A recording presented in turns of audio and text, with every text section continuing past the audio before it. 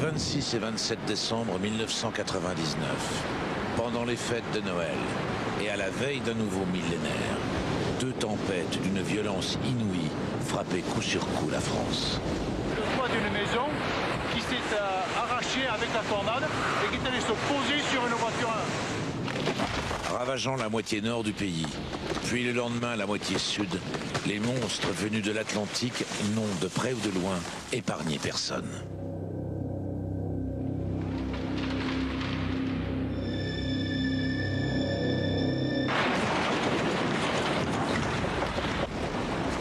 Ceux qui ont été atteints de plein fouet racontent ce qu'ils ont vécu. Ceux qui ont bien cru y rester disent leur effroi. Je me suis dit, c'est fini. C'était l'apocalypse, c'était, tiens. Comment un tel phénomène a-t-il pu se produire?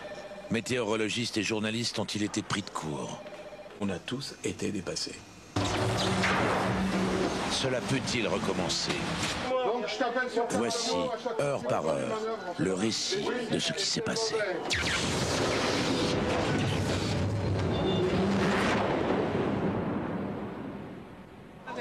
C'est la fin du monde. Voilà, dis-moi. Je l'avais prédit, je ne sais pas pourquoi, j'avais un pressentiment qu'en l'an 2000, il arriverait quelque chose. Je n'avais ce pressentiment, vous voyez? C'est la catastrophe.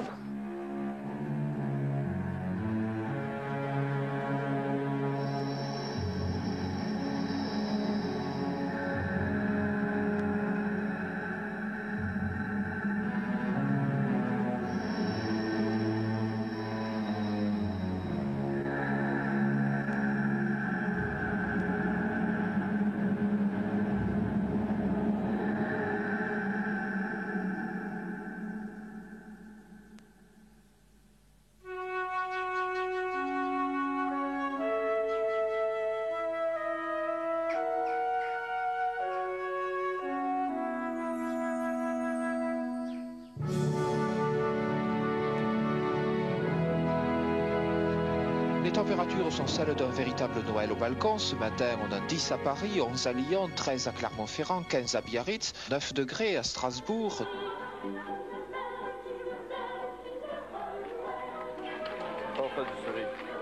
Ce jour-là, les familles préparaient Noël et un répit bien mérité.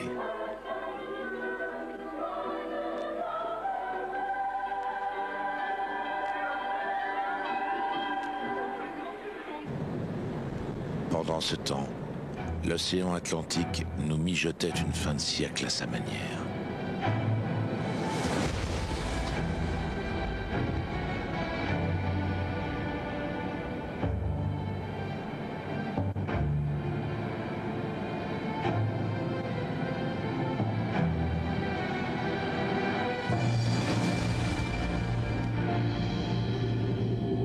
Tout a commencé sur le Venezuela par des pluies diluviennes transformées en vapeur d'eau, dont le troupeau de gros nuages est remonté vers l'Atlantique Nord, y troublant ainsi l'affrontement constant entre l'air chaud des tropiques et l'air froid du pôle. La bousculade au large du Canada a pour conséquence d'emballer le moteur produisant les tempêtes d'hiver et surtout de modifier leur trajectoire habituelle vers le nord de l'Écosse. Bientôt, la tuyère du réacteur sera braquée sur la France. Le recueil de données météo sur l'Atlantique étant extrêmement limité, cela, ce jeudi 23 décembre, personne ne pouvait encore le savoir. Par ailleurs, l'Atlantique commençait à nous livrer tout autre chose, comme en témoignent les journaux de France Inter de l'époque. La colère noire des Bretons. La tempête continue de pousser les nappes de fioul vers la Loire-Atlantique et la Vendée. Dominique Voynet tempère un peu la situation. Actualité dominée depuis la semaine précédant Noël par Erika. Et Erika, c'était les boulettes sur les plages de l'Atlantique. Et Erika dominait l'actualité de l'ensemble des médias. C'était Erika. Et l'événement météorologique est passé derrière. Le BOC de l'an 2000, êtes-vous prêt? La France consacre 120 milliards de francs pour passer le cap sans dommage. À l'approche de l'an 2000, tous les informaticiens de France planchaient pour éviter un dysfonctionnement informatique majeur, qui d'ailleurs ne se produira pas.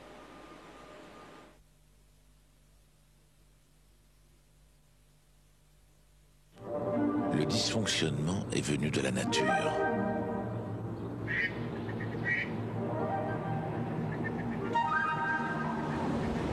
Un premier souffle ride les eaux dormantes des marais poitevins. Une forte brise s'installe sur les plateaux. Météo France a-t-elle vu arriver la tempête? Nous allons suivre le fil des événements au Centre national des prévisions à Toulouse. Près de la Méditerranée, le vent En compagnie de Joël Collado, le monsieur météo de Radio France. Cet après-midi, le Roussillon, le Languedoc et le littoral de la Provence. Et avec les prévisionnistes de l'époque. Voici leur ruche. Les ordinateurs brasseurs d'informations en forment les cellules. Au centre, le chef prévisionniste. Voici celui qui était le maître des prévisions ce 24 décembre 1999. Le front CO... Celui qui dit la pluie et le beau temps est aidé dans ses pronostics par un des plus puissants ordinateurs du monde. Pointe de Bretagne, la Normandie. Alimenté par des millions de données météo constamment renouvelées. L'appareil effectue 1200 milliards d'opérations par seconde, résout et actualise chaque seconde une équation qui, couchée sur le papier, ferait 25 mètres de long. Il propose des simulations des plus clémentes aux plus mauvaises. Ce jour-là, non sans flair, le chef prévisionniste avait retenu l'anticipation la plus pessimiste. Mais il était bien loin du compte. L'imbattable machine n'avait rien vu venir.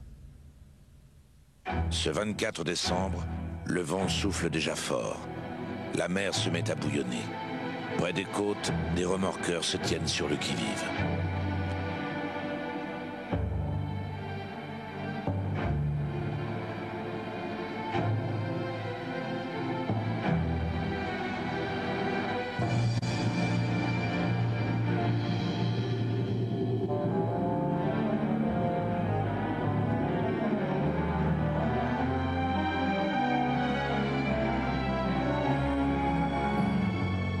Sur l'Atlantique, très loin au large de la France, on a un amas nuageux, une structure nuageuse, mais qui n'a encore rien du tout d'une tempête telle qu'on les connaît. Bon, on en a par exemple une ici, mais celle-ci n'est absolument pas organisée en tourbillon. C'est pas une signature de tempête là, mais... Donc, si on parle en termes d'alerte, ça veut dire plus tard et des régions plus au nord. Et une trajectoire assez classique en hiver, voilà, qui va concerner la Manche, les côtes, mais pas vraiment l'intérieur. Une météo à ne pas perdre sa capuche de Père Noël. La météo avec les pintades fermières du Gers. À 110 km à l'heure en Bretagne, sur la côte normande. Le vent restera très fort dans la journée sur la majeure partie de la France. Dès le matin de Noël, le vent dissémine de puissantes rafales sur la moitié nord du pays, comme un avertissement.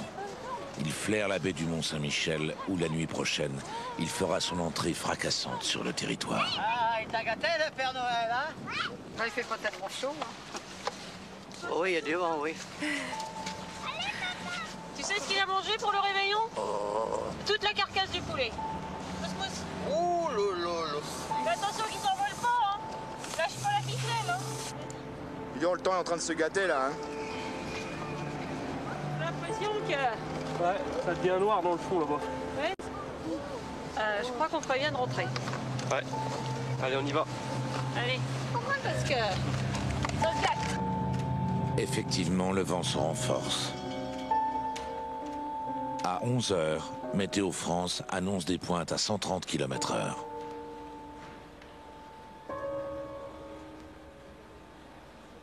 Donner des valeurs de vent de 130 km/h à l'intérieur des terres, c'est pas fréquent. C'est quand même excessivement rare. C'est quelques fois par an. Pour des prévisions de vent violent, c'est plusieurs fois dans l'hiver, seulement. Une poignée de fois, hein, de cet ordre-là. On peut dire que ça peut être méchant, hein. Oui. On a annoncé 130. Voilà. 130, c'est méchant. Ouais. Bonjour et joyeux Noël à tous. La tempête sur l'Atlantique a largement débordé des côtes jusqu'à l'intérieur des terres. À la mi-journée, l'avant-garde de la tempête s'abat sur la Normandie. Elle s'exerce à y produire des tornades et emporte ses premières victimes.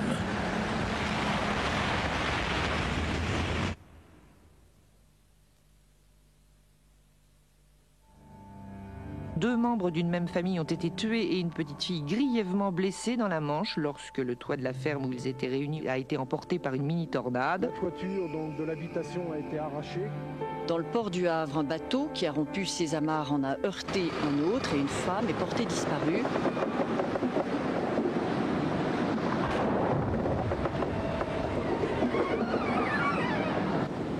Entre Calais et Douvres, le trafic des ferries est fortement réduit depuis hier. L'épisode de vent violent n'est pas terminé. Un renforcement va se produire au cours de la nuit à venir. Ça va souffler en tempête sur rafales de 120 à 140 km à l'heure. Météo France révise ses prévisions à la hausse, mais c'est encore insuffisant. Il faut dire que les livres de météorologie n'avaient jamais envisagé ce qui allait arriver. Désormais, prévisionnistes et journalistes seront constamment à la traîne des événements. La décision a été prise à ce moment-là, dans l'après-midi du samedi, de mettre en gros la moitié nord du pays en alerte, avec toute l'incertitude qu'on a encore sur la trajectoire, la puissance du vent. Mais, bon, je le répète, samedi, on n'annonçait pas l'alerte maximale.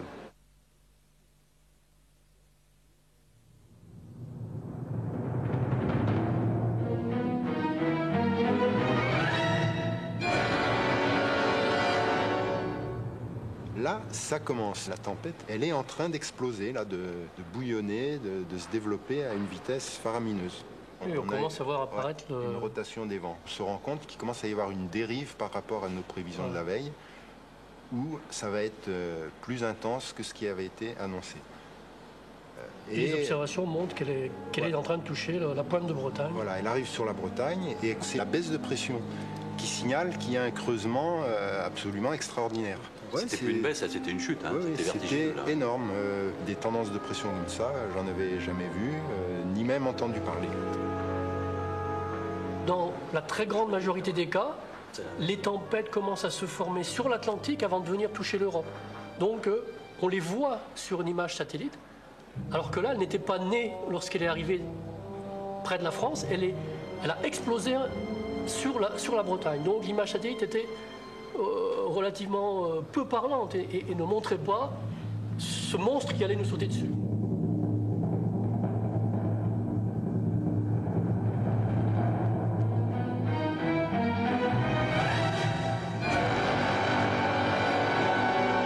Le souffle du monstre effleure les côtes d'Armor. Là, on la voit. Vers 4 heures, à plus de 150 km/h, il s'engouffre dans la baie du Mont-Saint-Michel.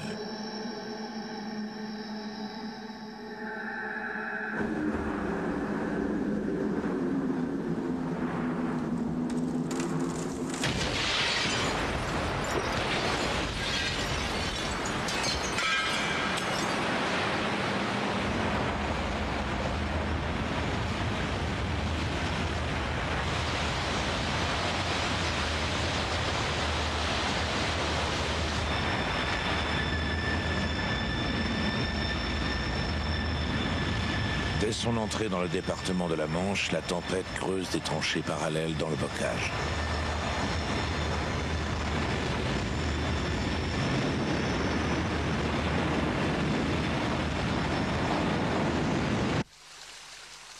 La famille Delaunay a été prise sous le rouleau compresseur. Nous, à 5 h du matin, on est debout. La maison tremblait, les fenêtres menaçaient d'ouvrir et on s'était arc-bouté pour les tenir. Et ça a duré comme ça pendant 10 minutes, un quart d'heure, sans arrêt, sans arrêt. C'est là que les neveux sont arrivés et nous ont appelés au secours. Ceux qui vivent dans l'autre maison. Ceux qui vivent dans l'autre maison. Et qui nous disaient, tout le monde est là, mais grand-mère a disparu, on ne sait pas où elle est, la cheminée est tombée. Alors là, je regarde dehors, et puis c'est là où j'ai vu que la cheminée était tombée, moi. Donc j'ai pris ma lampe, je suis sorti, et arrivé à l'angle de la maison, j'ai vu tous les projectiles qui passaient, des chevrons, des tôles, des tuiles, des ardoises. C'était pas possible de passer.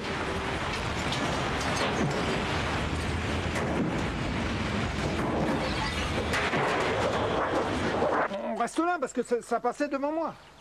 Ça tombait dans la cour. Vous voulez dire que vous auriez pu être décapité par une tôle? Une tôle pouvait décapiter la personne qui passait, oui. Bon, alors la rafale se calme. Et là, je décide de traverser. Ben là, à ce moment-là, avec la lumière, on s'aperçoit que la toiture est partie. Et puis arrivé à cette hauteur-là, j'ai découvert la moitié de la charpente dans la cour. On est rentré par les fenêtres qui étaient ouvertes, tout était cassé. On pouvait toujours crier et appeler, le bruit du vent était plus fort que nos paroles. On ne pouvait même pas se parler ici. Donc ma mère était à l'étage, en haut, où les volets sont ouverts, où il y a la fenêtre. Donc la cheminée qu'on voit en haut, c'est sectionné à la base, par le vent est tombé sur la toiture, a traversé le grenier, est tombé sur son lit, a traversé sa chambre, a traversé le salon, et elle s'est retrouvée en bas, dans la cave. Et tous les meubles et les parquets sont tombés sur elle, après. Ah oui, ça marque même longtemps.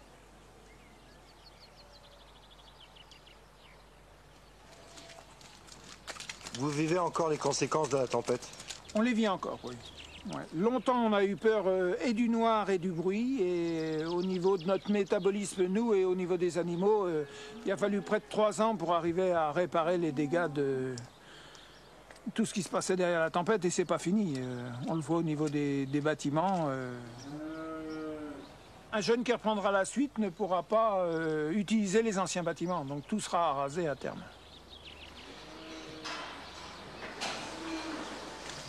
Alors les aides publiques d'État, il n'y a pratiquement rien eu. On n'a rien vu venir. Au-delà du canton, il ne s'est rien passé. Hein. Surtout à partir du moment où les moyens de locomotion ou de transmission sont coupés. Plus d'électricité et plus de téléphone, toutes les administrations sont mortes au bout de 2 jours. Nous, on a tenu 15 jours sans électricité et 1 an sans compteur EDF. Avec les fils par terre. Il fallait qu'on marche. Et on est encore en vie, nous.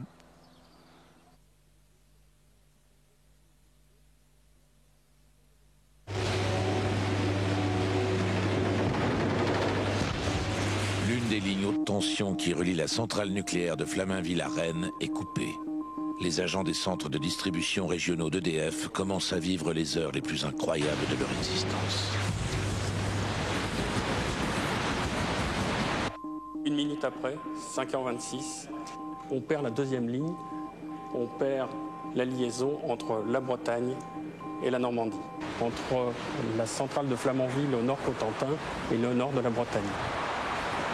À 5h30, la centrale nucléaire doit être arrêtée. C'est d'ailleurs à ce moment-là que la décision de lancer l'alerte maximale a été prise.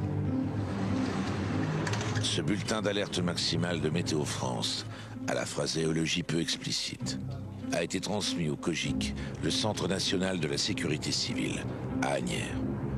Le préposé l'a réexpédié à toutes les préfectures et organismes concernés. C'est la routine. Mais à 5h30 du matin, lendemain de réveillon, les autorités n'étaient pas là pour le réceptionner. L'avis d'alerte du Météo France est arrivé à 5h25, le 26 décembre au matin. Est-ce que c'était pas déjà un peu tard? Compte tenu de l'importance de l'événement, c'était pas trop tard, mais ça semblait effectivement un peu tardif.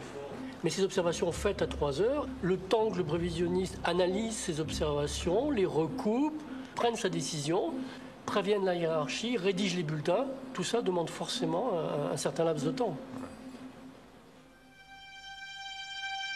À cette heure-là, à Saint-Pierre-sur-Dive, une tornade avait déjà arraché le toit d'un immeuble d'habitation.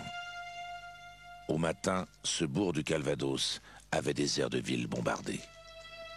Tous les médias s'y sont précipités, faisant des habitants chassés de leur logement, les victimes exemplaires d'une tempête bientôt qualifiée de tempête du siècle. Oh non, je ne peux pas rester. J'en prends encore un peu. Et en plus, quand j'ai vu ma voiture, en plus... Quelle voiture? Ma 21 en bas, qui la cheminée est tombée dessus.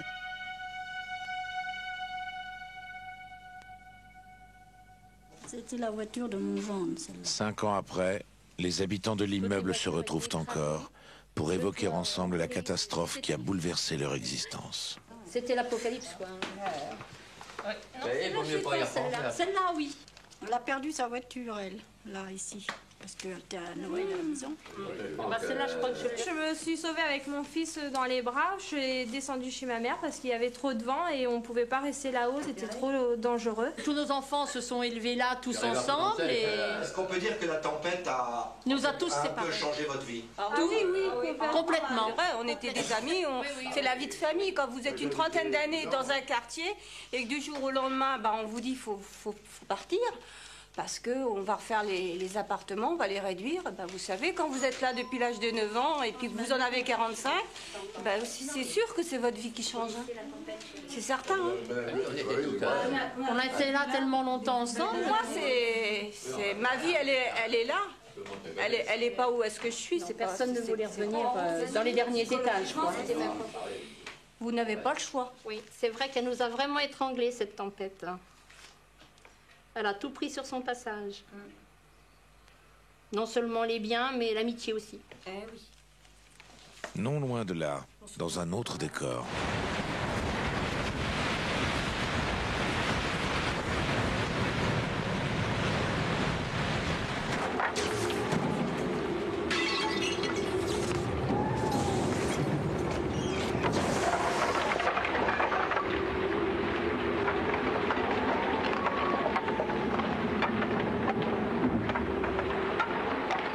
Somme toute, ce soir-là, vous avez pris les choses avec philosophie. Nous étions tous en famille, c'était tout de même 2 jours après Noël. Oui. Et puis finalement, après un bon dîner à la chandelle, on a pris un cognac et on a attendu que ça se calme. Mon beau-frère, avec beaucoup de malice, m'a dit « T'inquiète pas, tu vas refaire ta toiture sur le compte des assurances, c'est très bien. » Donc c'est tout, on n'a pas pensé du tout aux arbres. Pas du tout. On pensait que la toiture, parce qu'on n'entendait rien. On n'entendait que les tuiles qui se claquaient les unes contre les autres et qui s'envolaient. Absolument, oui.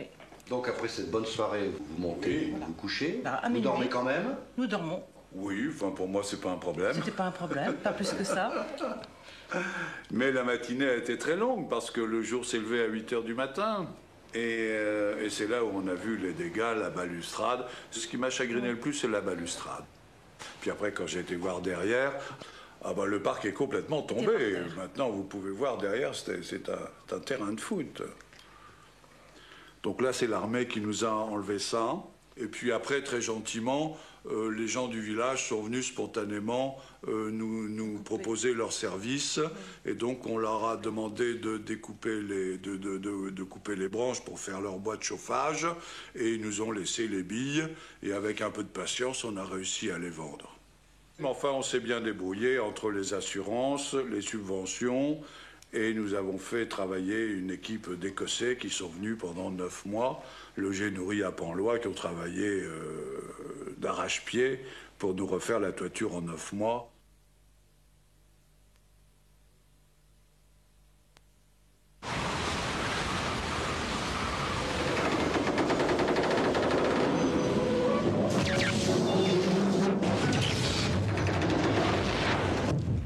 Vers 7 h, on perd l'alimentation TGV. Une demi-heure après, on perd les liaisons d'interconnexion avec la région parisienne.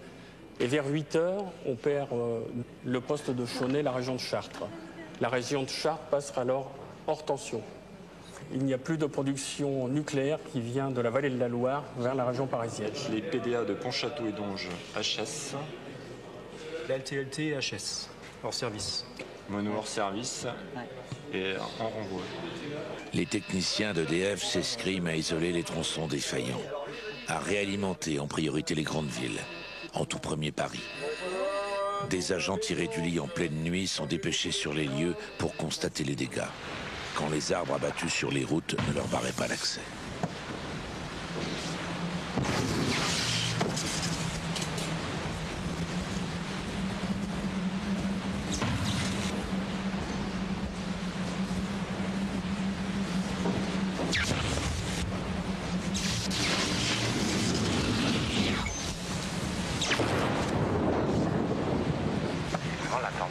Sur le littoral, certaines rafales ont atteint les 150 km/h et cette tempête va s'étendre à l'intérieur du pays, au bassin parisien et au nord. Cet agent a vécu son pire moment sous le pont de Normandie.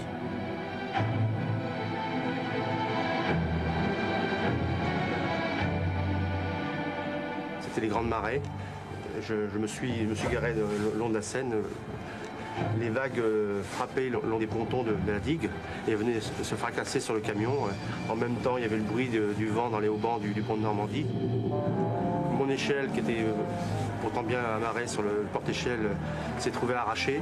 Donc là, je me suis dit, j'arrête tout et je me mets à l'abri dans cette cabane. On a un local technique là, le temps que ça se passe, quoi, parce que ça devenait vraiment insupportable, quoi. Donc j'ai eu peur quand même. Et même maintenant encore, lorsque quand je suis d'astreinte encore, il y a des nuits, j'entends le vent et tout ça, j'ai toujours peur que ça commence, quoi. Ça m'impressionne toujours un peu. La tourmente se déchaîne en vain sur cette lame de rasoir qu'est le tablier du pont de Normandie. Alors elle va assouvir sa rage sur la cathédrale de Rouen.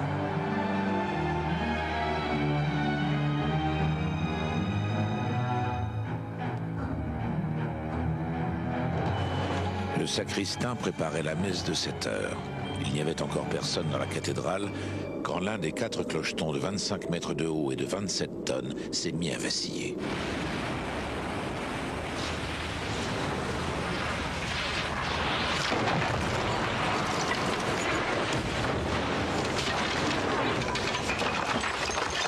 J'étais en train de préparer la messe, j'ai entendu un bruit épouvantable, j'ai été voir ce qui se passait.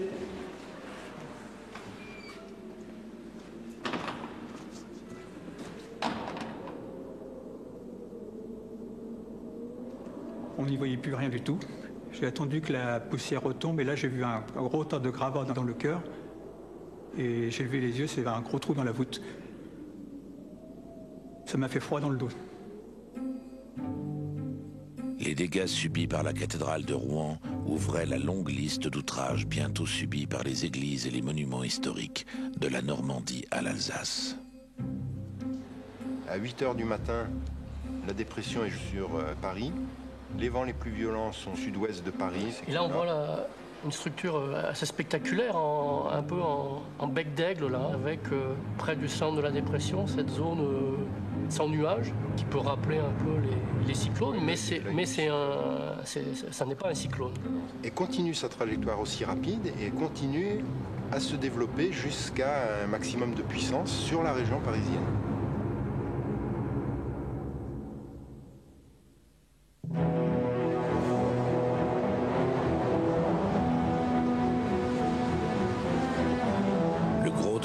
Se précipite sur Paris.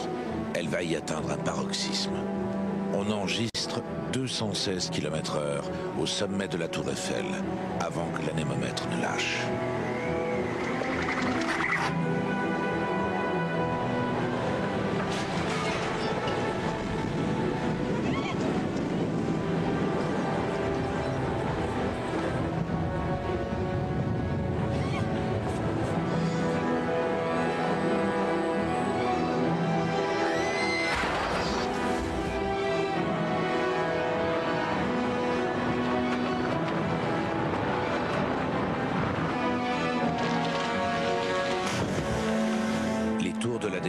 Favorise des courants d'air, certains atteignent 200 km/h.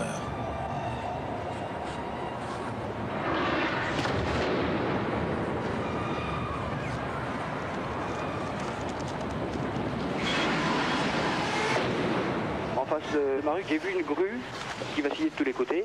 J'ai vu le contrepoids tomber. 30 secondes après, j'ai vu la grue tomber. À un moment, j'ai cru qu'elle tombait dans ma direction, donc je me suis poussé et elle a écrasé quelques voitures. France Inter, Henri Charpentier, rédacteur en chef des journaux du week-end. La bonne marche de tous les journaux pour voir si tout roulait. Je regardais les dépêches. Il n'y avait pas d'alerte météo très précise. Et puis tout d'un coup, le vent s'est vraiment levé très très fort et je suis allé voir ce qui se passait à la fenêtre. Et là, j'ai vu les poubelles propulsées littéralement.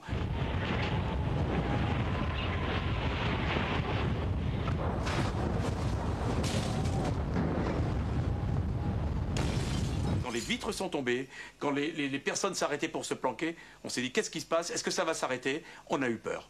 Et à ce moment-là, moi, j'ai pris l'antenne pour avertir surtout, ne sortez pas, il y a une tempête sur Paris. Je ne savais pas ce qui se passait, je n'avais pas d'informations, mais j'ai senti qu'il fallait aller à l'antenne et faire un flash spécial.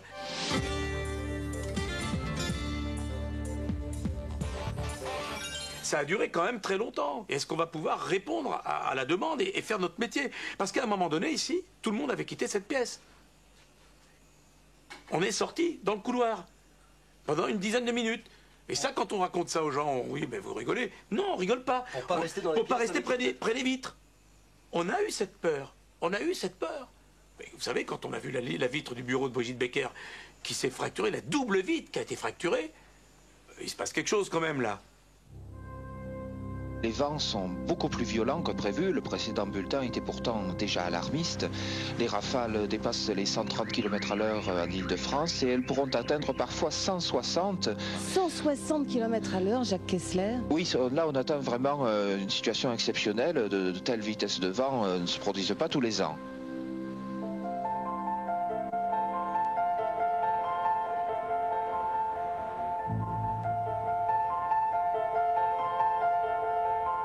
Notre appartement est complètement bousillé.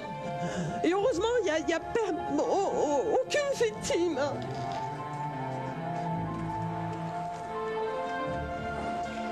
Dans cet immeuble d'Argenteuil, un couple qui vivait au dernier étage a été écrasé par les dalles de la toiture. Seul leur enfant a pu être sauvé. Voilà ce qui reste. Voilà ce qui reste. C'est une partie de notre vie, dans la mesure où on a plus de 50 ans. C'est toute l'adolescence de notre fille aussi. Oui, ça, je crois que ça a été le plus terrible pour elle. C'était effroyable, effroyable. Même que les tours à la nouvelle, c'était constamment. L'apocalypse. L'immeuble bougeait, moi je suis au 10e étage. Ça bougeait. L'immeuble bougeait. Les gymnases, écoles, enfin, c'est les maisons, les... Oui, bonjour madame. Oui, qu'est-ce qui se passe? Plus de 13 000 appels dans cette journée de dimanche, sans compter les rappels, pas toujours justifiés. C'est le principal. Les arbres, on n'est plus à eux près. Surtout ne montez pas sur le toit. Oui. D'accord. Attention, non, parce que là c'est dangereux. C'est notre maximum. On a 8000 appels en attente. Là. Je sais pas comment vous l'expliquer. Hein. J'essaye de garder mon calme là. Madame, pour des carreaux cassés, madame, il y a d'autres choses plus urgentes, non? Vous croyez pas? Hein? Allez, détendez-vous. On va essayer de faire quelque chose, madame, je ne peux pas vous promettre. On entendait un bruit épouvantable, comme des coups de boutoir, les rouleaux de mer sur l'immeuble. La peur que l'immeuble s'écroule. À un moment donné, j'ai dit à ma femme, tu bouges le lit? Elle me dit non. Et j'ai cru vraiment que c'était un tremblement de terre. Et un tremblement de terre, pour vous, ça veut dire quelque chose?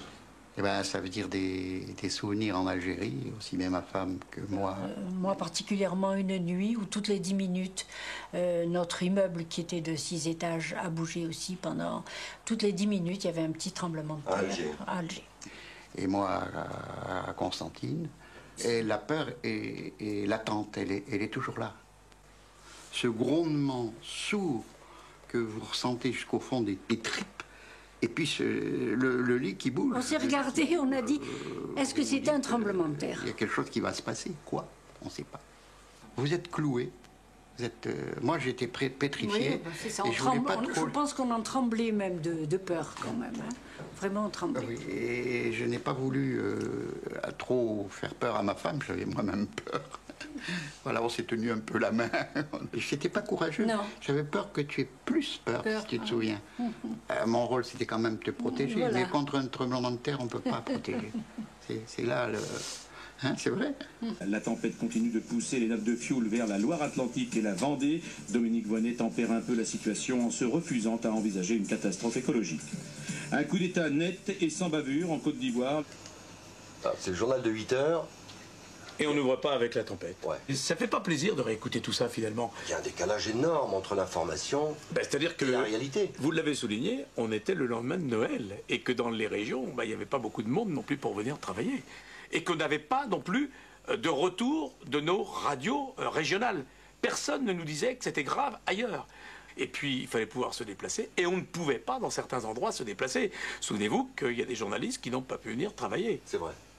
Nathalie Fontrelle est en ligne avec nous. Vous étiez en voiture et vous avez dû rebrousser chemin tellement ça soufflait chez vous. Ce matin, vers 7 h, les automobilistes, et j'étais parmi eux, qui ont voulu aller travailler, ont eu l'impression d'être pris au piège. Toutes les routes sont barrées par des arbres, cassées en deux, net. Les automobilistes ont tenté de passer par les champs, mais ce n'était pas une bonne idée parce que sur le plateau, le vent était encore plus violent, avec bourrasques qui déportaient, qui soulevaient les voitures. Impossible de tenir une trajectoire. Même les oiseaux avaient renoncé à voler, on les voyait, ils se déplaçaient en sautillant par terre. Comme dans un jeu de domino, les arbres se sont abattus les uns sur les autres. La moitié du bois de Boulogne a été détruite en moins de 2 heures. Au total, 140 000 arbres déracinés à Vincennes et à Boulogne. Le parc du château de Versailles subit la claque la plus fulgurante de toutes. Son jardinier en chef, Alain Baraton, résidait dans le parc aux premières loges. Vers 5-6 heures du matin, il y a un bruit de soufflerie incroyable, insistant. Ça va sur le domaine. Je descends donc dans mon bureau. Je vois bien au loin des lumières que je n'aperçois pas d'habitude. Et là, je constate avec un effroi épouvantable que des centaines d'arbres se sont abattus, continuent de tomber sous mes yeux.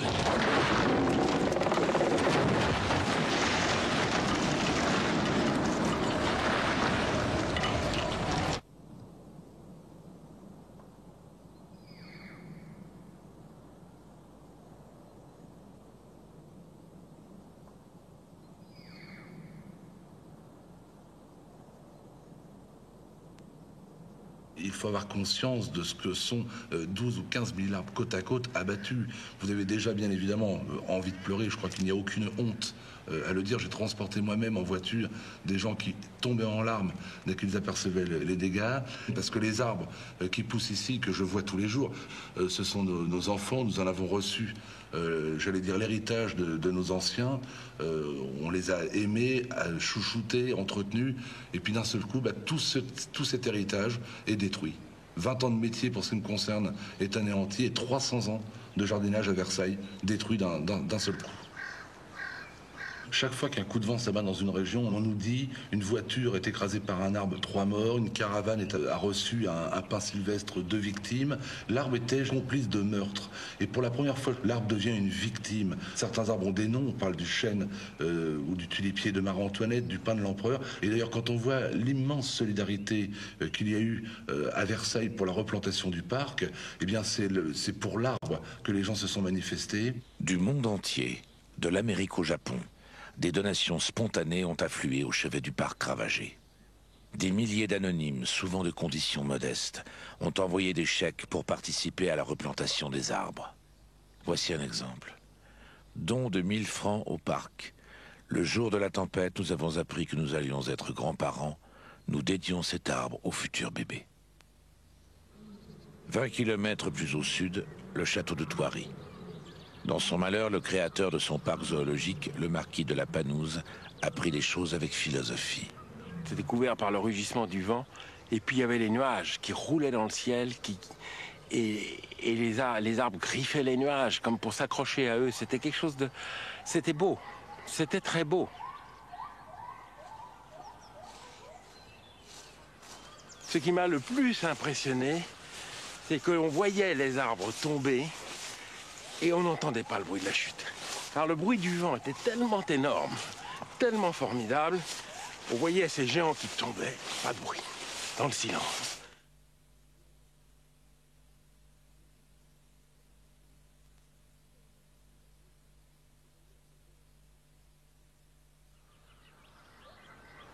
Et c'était beau.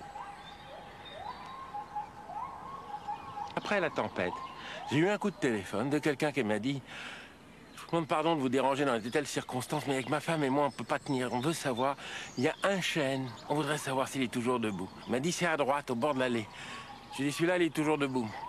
Oh, c'est formidable. Oh, excusez-moi, monsieur, mais c'est l'arbre au pied duquel ma femme et moi, on s'est déclaré notre amour. Ben, c'est fantastique. Cet arbre est dans l'histoire de ces gens. Il est dans la mienne, il est dans celle de milliers de visiteurs. Et ils sont très importants. Ils nous accompagnent du berceau au cercueil. Finalement, vous n'êtes pas trop mécontent que la nature ait fait le ménage dans votre parc? On va le demander à mon épouse, parce que c'est ce qu'elle m'a dit le jour même de la tempête. Ah ben, ça va me redonner de la place pour rajeunir le parc. Elle avait raison, sur le coup, Parce que ça élimine des arbres qu'on n'aurait pas eu le courage d'enlever. Exactement. On a laissé à certains endroits les arbres prendre un volume ou une place excessive, et ça dénaturait un peu le jardin.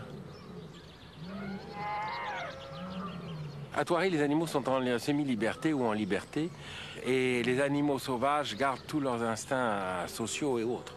C'est-à-dire qu'ils se préviennent les uns les autres. Et Il y a un arbre qui a écrasé la maison des Wallabies. Il y avait 15 ou 16 Wallabies là-dedans. Ils n'étaient pas un blessé, ils étaient tous dehors. Alors que d'habitude, la nuit, ils sont dedans. Ah ben ils sont dedans, surtout que c'était au mois de décembre, hein, il faisait pas chaud. Et c'est quand même extraordinaire que sur 100 hectares, il n'y a pas eu un animal blessé. Tous sont sortis dans les clairières. Et il n'y en a pas un seul qui a été blessé par la chute d'un arbre. Comment les ours ont vécu la tempête? Très bien. Ils étaient dans leur terrier, ils ont attendu que ça passe. Mais le problème, c'est qu'il y avait 150 châtaigniers qui étaient tombés sur le mur. Donc il y avait 150 endroits de fuite possibles, parce qu'en haut du mur, il y a un fil électrique, il n'y avait plus de courant, plus de fil électrique. J'ai dit que si l'électricité ne revenait pas très vite, je ne pouvais pas garantir que les ours ne puissent pas s'échapper. Alors, la télévision est venue faire un reportage. On est quand même un peu ennuyé ce soir parce que nous n'avons pas pu dégager les arbres qui étaient tombés sur le mur des ours. Donc, nos 35 ours baribales sont pour le moment dans le parc parce qu'ils veulent bien y rester et qu'ils s'y sentent bien. Tout le monde a compris que j'avais 35 ours dehors. Je me suis servi du journal télévisé pour faire réagir les autorités, de passer peut-être d'une 3e niveau de priorité en numéro 1 de priorité pour le rétablissement du courant. Oui, je dois l'avouer, j'ai fait ça. Dans la banlieue parisienne se tenait un festival du cirque. Tous les chapiteaux ont été déchirés. La famille Moreno n'est pas prête d'oublier. Les bêtes commençaient à être nerveuses. Avant la tempête, il y a eu cette espèce de bruit qui venait de loin. Une espèce de son, comme si une grosse vague allait arriver. Mais nous, les bêtes le sentent avant nous, tout ça. Parce qu'ils ont une écoute beaucoup plus loin, comme les éléphants, comme ils entendent beaucoup plus loin que nous, je veux dire. Et à un moment donné, on a eu très peur, et quand on s'est aperçu qu'il y a des morceaux de tôle qui passaient partout, il y avait des fils électriques qui tombaient dans la nuit, et on a eu l'impression qu'arrivait un moment que c'était la fin du monde. Parce qu'on ne s'imaginait pas les fils électriques qui tombaient, on les voyait tomber de loin, et on a l'impression que c'était du feu qui sortait de la terre. Et le chapiteau s'est mis à gonfler, à gonfler, à gonfler. Et d'un seul coup, il s'est carrément aplati, et là, wow, tout est parti. Alors, et c'est après, on l'a encore... Ah oui, vraiment, là, en charpie. Hein. On est tous rentrés dans les caravanes. À un moment donné, il n'y avait plus rien à faire. Il fallait ne serait-ce que sauver les animaux, bien sûr, et nos vies, quoi. On était dans les caravanes, on ne pouvait que regarder, on ne pouvait plus rien faire. Ouais, là je l'ai vu, là. Sous nos yeux, là, devant, à travers mes vitres, à travers ma baie, j'ai vu exploser.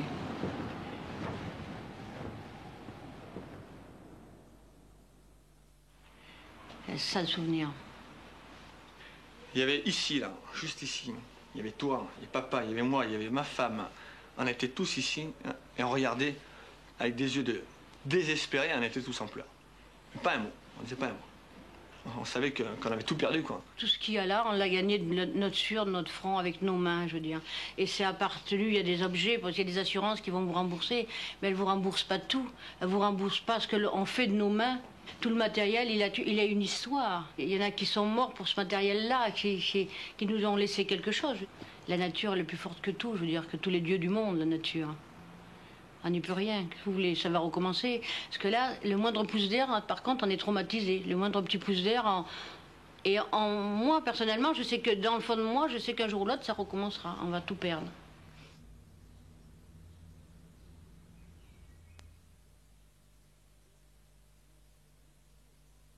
Vous écoutez France Inter, il est 9h.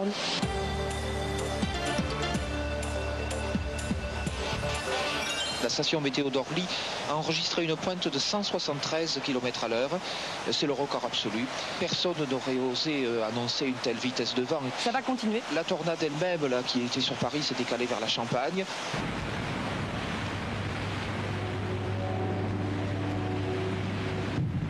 Autour de Paris, les 1000 pattes des grandes lignes électriques ne sont plus que 900.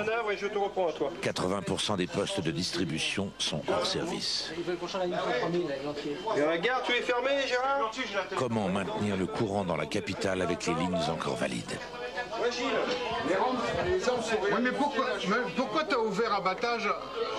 T'as ouvert à Rodin alors que t'as pas fermé abattage? Casse-tête de la reconnexion. Bon, est-ce que tu peux me dire sur le départ Rebais ce que tu as encore? Leur métier sauve la situation. Jean-Joël. D'accord. Est-ce que tu me confirmes l'ouverture côté 100 0106? Donc à la maison, tu peux effectuer ta fermeture. Écoute, je vais faire le point là. Alors mon trou il est fermé, il est bon, d'accord. Donc je t'appelle sur ta radio à chaque fois que j'ai besoin d'une manœuvre en fait. Hein. Denisi, oui, c'est mauvais. Et je pense que René va aller te rejoindre pour essayer de faire repartir le PA. Eh bien écoute, c'est toujours bon. À tout à l'heure.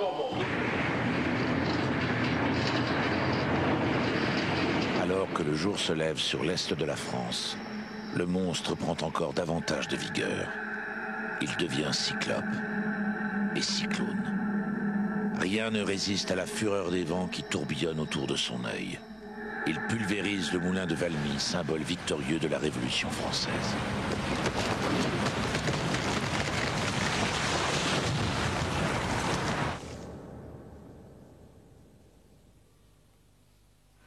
Puis il déferle comme 1000 TGV dans les rues des villes de la Lorraine.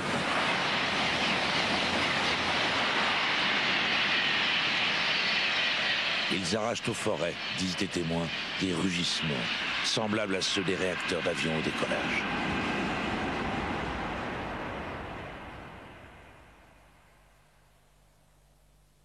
En Alsace, ces chasseurs étaient partis à l'aube sans tenir compte des avis d'alerte météo. Un spectacle insolite dans une prairie aurait dû leur mettre la puce à l'oreille. Cerfs et chevreuils, sangliers et renards étaient sortis du bois pour se mettre à découvert. Mais ces passionnés de chasse n'allaient pas renoncer à une belle battue parce qu'il y avait du vent. Bien mal leur en a pris. Roger Jörger, un invité, guère familier des lieux, a été posté en forêt à distance de ses voisins avant que le gros de la tourmente ne surgisse.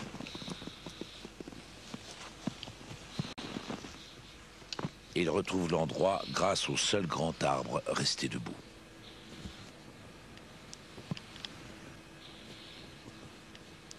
C'était là. Le vent a commencé à souffler de plus en plus fort. Et puis un arbre, après deuxième arbre, est tombé. C'est à ce moment-là que j'ai décidé de me mettre à côté d'un hêtre, dont les racines qui tiennent mieux dans le sol. Et chaque fois qu'il y avait un bruit, un sapin qui tombait, d'après le bruit, je me mettais la tête à droite de l'arbre ou à gauche de l'arbre, tout en calant bien mon chapeau pour qu'il ne s'envole pas. Et je sentais les racines qui se soulevaient. Ils suivaient le rythme de la tempête. Alors sous mes pieds, je sentais la terre bouger, hein. Ça faisait ça. À un certain moment, j'ai eu un frison et puis plus rien du tout. Et je me sentais vidé et je me suis dit, jetzt ich gehe Spitzenem. Ça, c'est une réflexion. C'est en alsacien que ça m'est venu. C'était ça. Et après, tout à coup, ça veut dire quoi? Je reverrai plus Geispolsheim. Votre village. Vous voyez, c'est... Vous aviez l'impression de fin du monde. Voilà. Je me suis dit, c'est fini. Et d'un seul coup, il y avait une rafale énorme. Et tout ce que vous voyez, les souches qui sont là, tous les arbres sont tombés comme des dominos.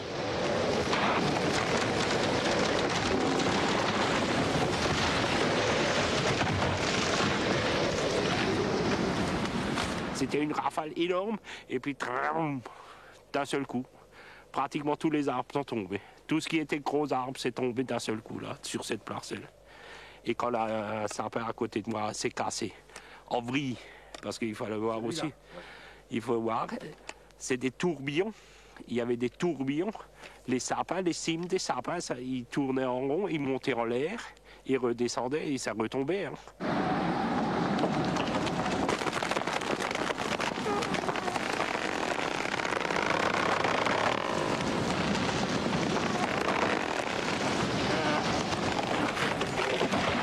Et ils cassaient comme dans ce style-là. Et c'est après que je me suis accroché à un tronc comme ça, en me disant que celui-là, il ne pourrait plus tomber. Ça a duré quand même 2 heures. Hein. Ah, si vous êtes tout seul, c'est énorme. Alors on a appelé, on a corné, on a klaxonné. Rien. Aucune nouvelle, quoi. Aucune nouvelle. Bon, après, nous, on a dit, ça y est, il est sûrement mort, hein, quand on a vu tout comme c'était là. Hein. Un enchevêtrement... incroyable. C'est incroyable, quoi. Après, j'ai décidé de rejoindre mes copains, et ça, c'était encore un autre calvaire. Parce qu'il fallait traverser les souches, les arbres passer au-dessus. Et je suis tombé dans un trou de souche. Et c'était très, très dur, avec mes bottes, mon fusil, ma canne. J'ai mis 2 heures pour retrouver quelqu'un. Heureusement qu'il n'y a pas eu de mort. Hein. Ah oui.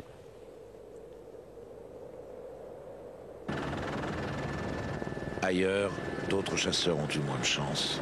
Les deux autres victimes, donc au total 4, je vous le rappelle, sont des chasseurs vosgiens écrasés là encore par des arbres. Alors la préfecture de région parle d'une centaine de victimes au total, un chiffre qui devrait sans doute s'alourdir dans les heures qui viennent, dont une dizaine très grièvement. Au cours des 10 000 interventions sur la région, les pompiers ont également payé un lourd tribut à ce que l'on appelle déjà ici la tempête du siècle. C'est la première fois que ça nous arrive autant.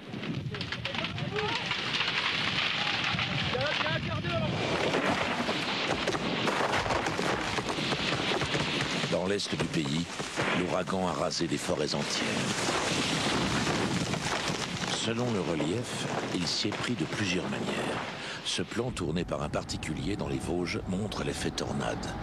2 hectares d'arbres sont abattus en quelques secondes.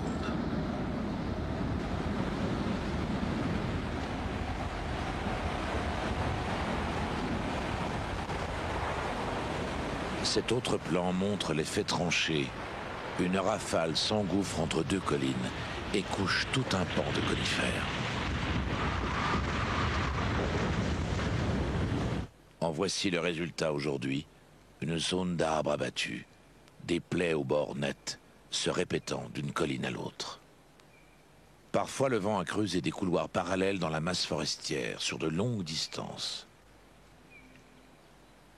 Par endroits, des tornades ont creusé des clairières là où elles n'existaient pas, comme ici, d'un seul côté de ce chemin.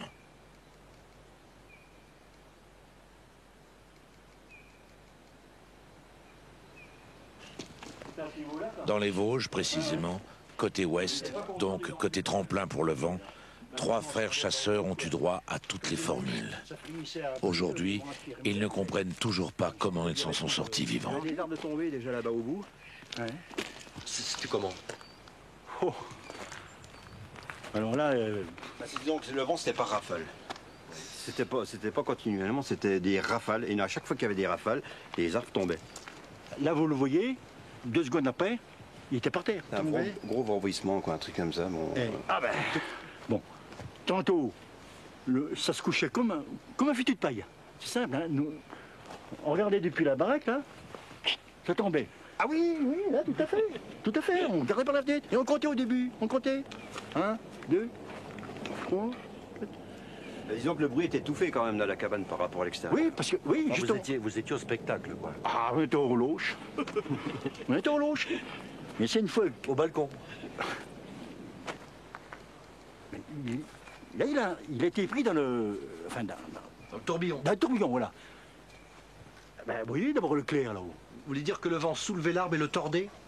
Tout à fait. Le faisait vriller? Comme un tire-bouchon. Ah oui.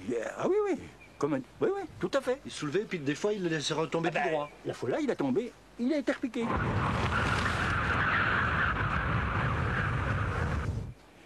Alors lui, c'est couché. C'est littéralement couché, quoi. Hein? Il s'est arraché.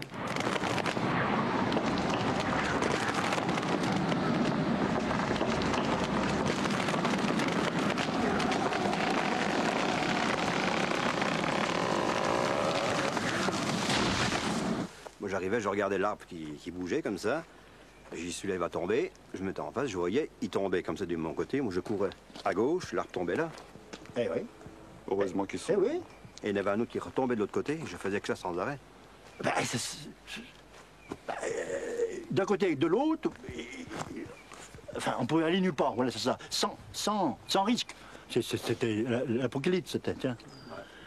Et là, c'est vrai, la sensation, hein. En disant que c'était surnaturel, c'était vivant, c'était beau. Voilà. Enfin, d'un autre côté, la nature nous a épargnés, c'est bien. Un grand merci pour la nature. Des trucs comme ça, déracinés, mais déracinés, pas tant couchés, hein, déracinés. Soulevés. Ah oui, carrément soulevés, oui. Ah oui, ben, vous verrez. Ben là, vous dites que on n'y a pas grand-chose, hein. On n'est rien, quoi. On est petits, on est des nains. Une seconde à Londres, ben ça va, quoi. On aurait pu aller autre monde, quoi, hein. C'est tellement que... Et puis en plus, les gens sont mis dans les tuyaux. Pour se protéger. En dessous, là. Dans les tuyaux, dans les canalisations? Oui. Bah là, un peu plus loin. Là en dessous, le village là en dessous. Ils étaient à la chasse. Et pour se protéger, eh ben, ils sont enfilés dans les tuyaux. Comme des lapins. Tu te souviens, l'autre qui est tombé? Et vous n'avez pas eu peur quand vous étiez dans cette maison? C'est-à-dire... On se sentait à l'abri. Se sentait à l'abri. Mais alors... Mais on n'y était pas. On n'y était pas. Oui, parce que c'était vraiment le piège à rats, hein.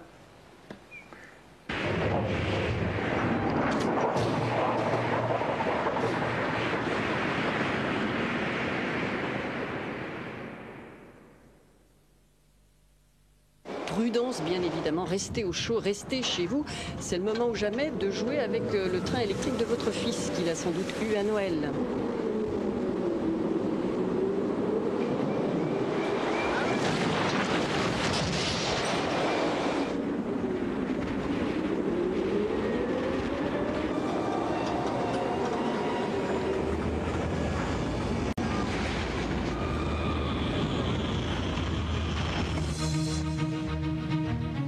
J'aimerais bien qu'on m'explique. Enfin, on est censé avoir des satellites. On nous dit, ouais, la météo, on peut la prévoir de plus en plus précisément, à plein de jours et tout.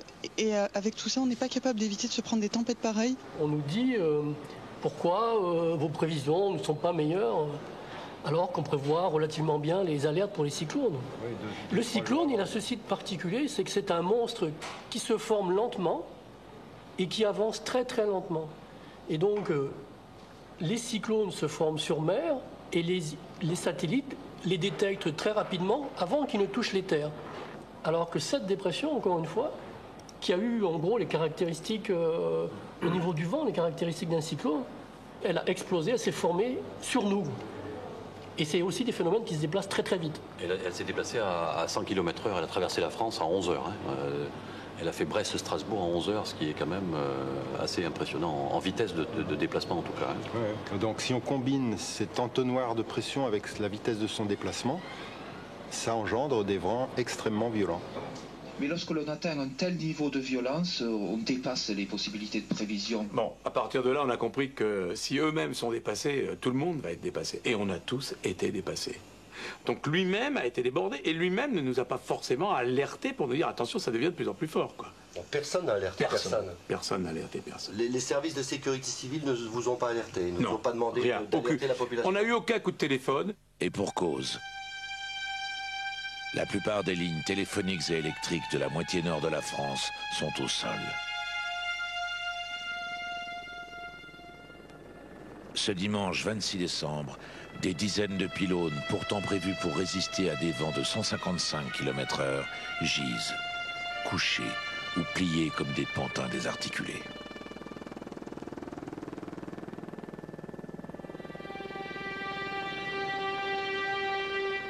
Des millions de foyers n'ont plus d'électricité. Les Vosgiens en sont totalement privés.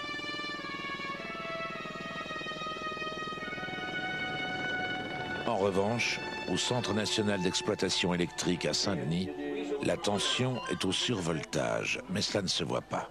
Il s'agit ici d'éviter le blackout total, avec sang-froid, méthodiquement, en faisant fonctionner ses méninges et celles des ordinateurs. Le courant ne passe plus entre la Champagne et l'Alsace dévastée, alors les dispatchers déroutent l'électricité par les seules lignes encore valides. Ils l'aiguillent vers le nord, la font redescendre par l'est de Paris vers la Bourgogne, la Franche-Comté, avant de la réaiguiller sur l'Alsace. Sous tension. Merci. Tu vas faire 2 cycles fermés-ouverts sur le SA1 du départ Montrichard. Donc actuellement, là, j'ai simulé le déclenchement de 2 lignes. Et on remettra la ligne sous tension après, quoi. Il faut d'abord ouvrir le disjoncteur de couplage, ouvrir un lex, et ensuite tu reprends là, et tu reprends la poche avec les 2 lignes venant de Pontchâteau. Nous ouvrons à l'avoine 15. On pousse plus par le 90 kV. Là, ça passe. Et on est passé très près d'un effondrement total. Ça, on l'a frôlé à ce moment-là. On l'a frôlé, absolument. La population, elle, est totalement effondrée. Alors que la tempête va s'épuiser en Europe centrale, après avoir poussé des pointes à 200 km/h sur la forêt noire en Allemagne, en ce dimanche 26 décembre après-midi, dans la moitié nord du pays, on compte les dégâts, on nettoie, on se raconte ses frayeurs. Le soir, on est devant son petit écran. Les journaux télévisés annoncent une 50aine de morts, rendent compte de drames multiples notamment ceux vécus par les agriculteurs. Quand mon mari est sorti dehors, il a vu déjà le premier hangar qui était envolé, mais il n'avait pas vu toute la catastrophe ici. Sur cet hangar-là, on avait 18 pauvres.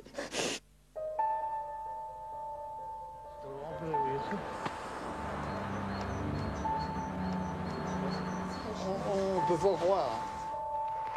Tout est à refaire, tout est à recommencer. On a 5 ans de travail pour rien. Il reste 6 mois à payer sur ces tunnels et puis tout est réduit à zéro. Ah, c'est dur. Je sais pas quoi vous dire, mais c'est dur.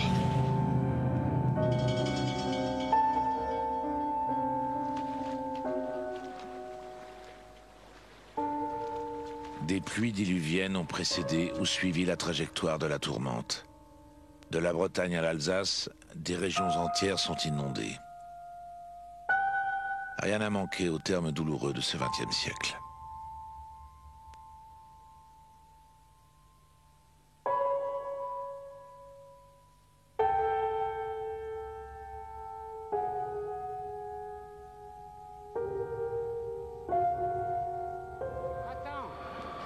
Et contrairement à ce qui est affiché, aucun train ne circulera jusqu'à nouvel avis.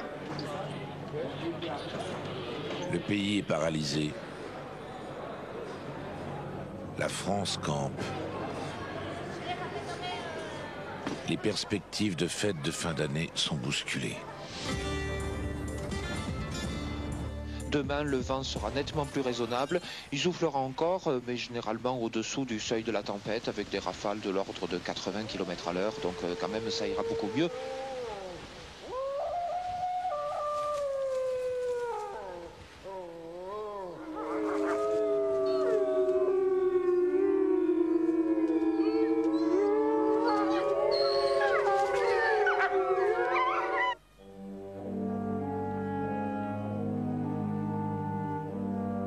À Météo France, le chef prévisionniste, épuisé par les journées les plus frustrantes de son existence, a laissé les commandes à sa collègue.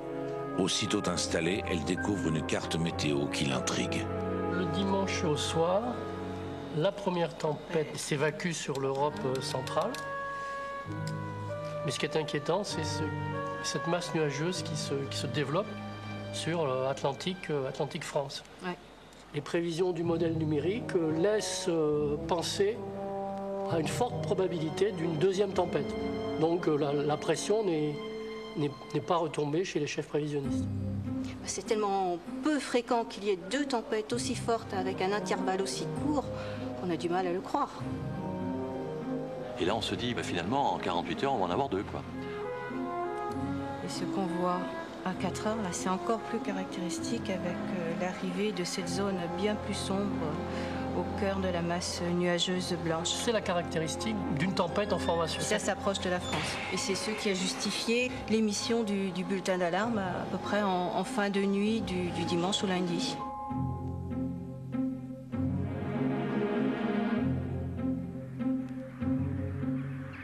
Exception faite pour les corbeaux. Cette deuxième alerte lancée dans la nuit tombe à plat. Le lendemain de la première tempête, la population émerge de son traumatisme, loin d'imaginer que ça va recommencer. L'Atlantique, en effet, enfante un monstre jumeau.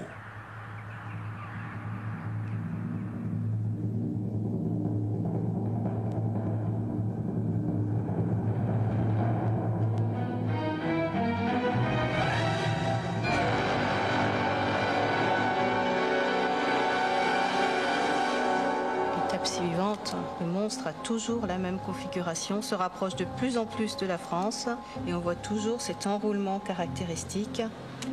C'est un monstre moins sournois que la précédente. Le très rapide courant de jet est toujours là. Vous pouvez observer cette ligne pratiquement rectiligne là, de nuages. Qu'est-ce que le courant de jet?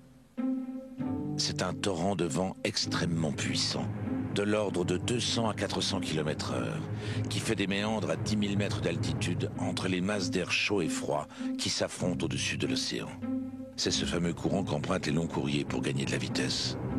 Au-dessus de l'Atlantique, le courant jet s'écoule de l'Amérique vers l'Europe et normalement finit sa course en mer du Nord.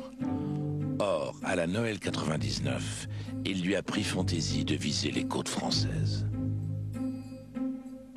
Mais ce n'est pas tout. Vu en coupe, le courant jet ondule comme une montagne russe. Or, à la Noël 99, il creuse son toboggan au point de créer des jonctions en entonnoir avec l'immense tourbillon nuageux qui circule au ras de l'océan. Quand ces jonctions se produisent, par un effet d'engrenage, le courant jet accélère l'effet de tournoiement de la dépression du dessous. Et en même temps, il l'aspire encore plus vite vers l'Europe. Le phénomène est d'autant plus fort que le courant jet est plus rapide. Or, ce 27 décembre 99, les vents du courant jet atteignent la vitesse inégalée de 529 km/h. La deuxième tempête s'annonce terrifiante. Effectivement, elle le sera. Plus que la première. Elle est magnifique celle-là. Voilà, visuellement, elle est plus jolie que la première. Même si déjà bien formée, à la différence de la première où il n'y avait pas de. Il n'y avait pas la formation sur l'Atlantique. En fait, voilà, elle naît plutôt à l'ouest, donc on voit. Elle naît en mer, celle-là, ouais. Voilà. Oui. On la voit explosive sur Terre, elle naît en mer. Donc celle-là, elle est identifiée avant d'arriver sur les côtes océanes. La première ne l'était pas tout à fait. Ça ne veut pas dire que sa trajectoire et la force des vents sont plus faciles à préciser. Ah non, on a eu beaucoup de problèmes sur la trajectoire. Les valeurs de pression au centre sont à peu près identiques à celles de la première, donc on peut supposer que déjà au premier regard, les rafales vont approcher au moins sur les côtes la valeur de la première, quoi. Elles les dépasseront largement. À la pointe de l'île d'Oléron, un anémomètre se bloque à 198 km/h.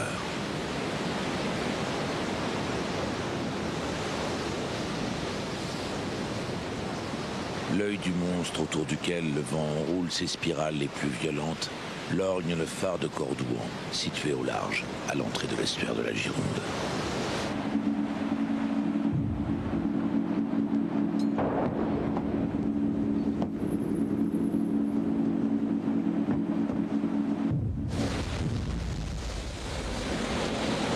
Normalement, une tempête normale, il y a le coup de bélier, le paquet qui tape sur la cuirasse, et après on écoute ce qu'on dit, nous, la douche, le que là on n'écoutait rien de tout ça, c'était un bruit continuel, assourdissant, et avec un ronflement comme ça, et constant. Du bruit, c'était fallait quasiment crier pour se parler à un mètre. Ça, fallait vraiment hurler pour. Et puis l'eau, au lieu de couler verticalement comme d'habitude quand il y a un paquet de mer qui passe au-dessus, les lignes de force, les traits d'eau, ils étaient horizontaux sur les fenêtres. Le vent prenait dans la cour circulaire. Tu viens des plateaux d'échafaudage là, qui flottaient. C'était comme une brindille sur une flaque d'eau. C'est des morceaux de bois qui font 3 mètres de long. Qui flottaient, qui tournoyaient là, juste devant la cour. Et bon, fallait écoper, qu'au fur et à mesure qu'elle rentrait, soit par les fenêtres, soit par le plafond, la cheminée.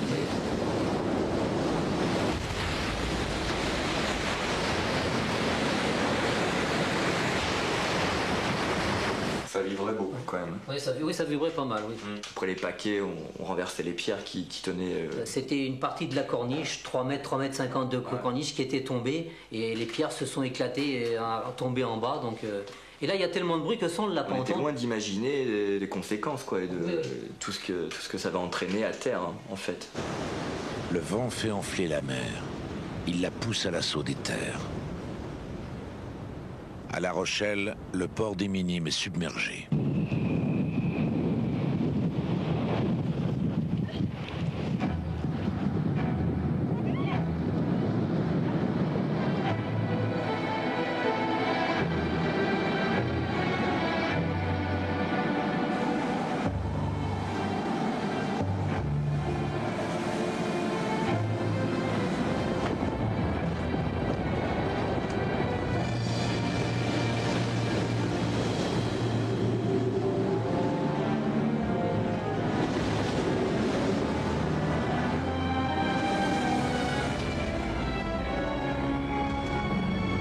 Quand je suis arrivée à Montponton pour aller chercher mes enfants parce que je vis à bord de mon bateau, je suis sortie de la voiture, il y avait à peu près 20-25 cm d'eau sur le parking. Je ne faisais pas la différence entre l'eau du port et le parking. J'ai réussi à me cramponner jusqu'à la passerelle, mais quand je suis arrivée à la passerelle, je ne pouvais pas descendre. La passerelle bougeait de telle façon qu'elle montait, qu'elle descendait, elle allait à droite et à gauche. Et si j'étais allée un peu plus loin qu'un mètre de la passerelle, je serais tombée dans le port.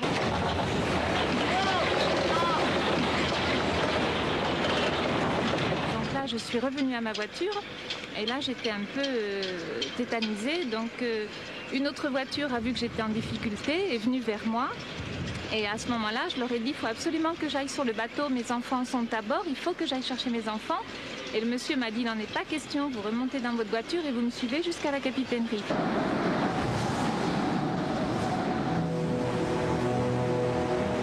Voyant que j'étais très paniquée, a demandé donc aux marins d'aller chercher les enfants à bord du bateau. Sur les pontons, on s'était cru sur un bateau en tempête, en détresse, quoi. En plus, l'eau passait par-dessus la digue, il y avait le vent, il y avait les vagues, il y avait le sable. Vous aviez du sable partout dans les yeux.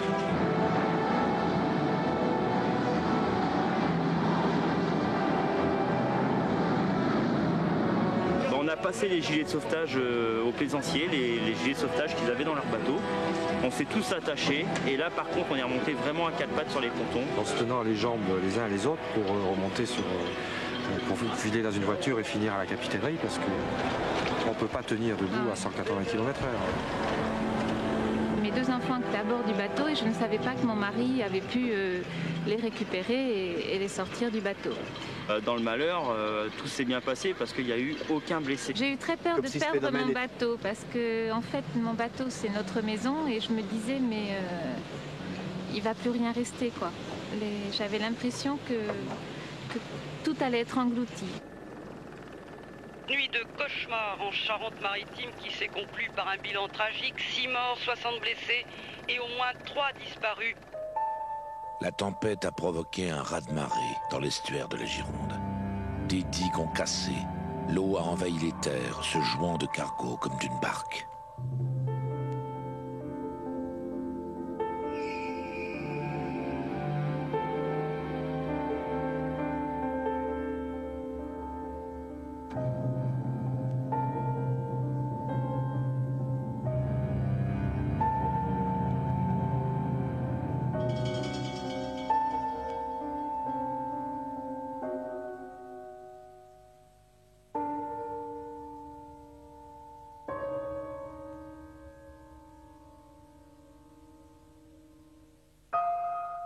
Il n'y a plus de téléphone, le fil est coupé.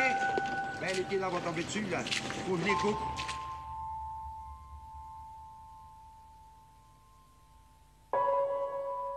La nuit a été sauvage pour les agriculteurs vivant derrière les digues rompues.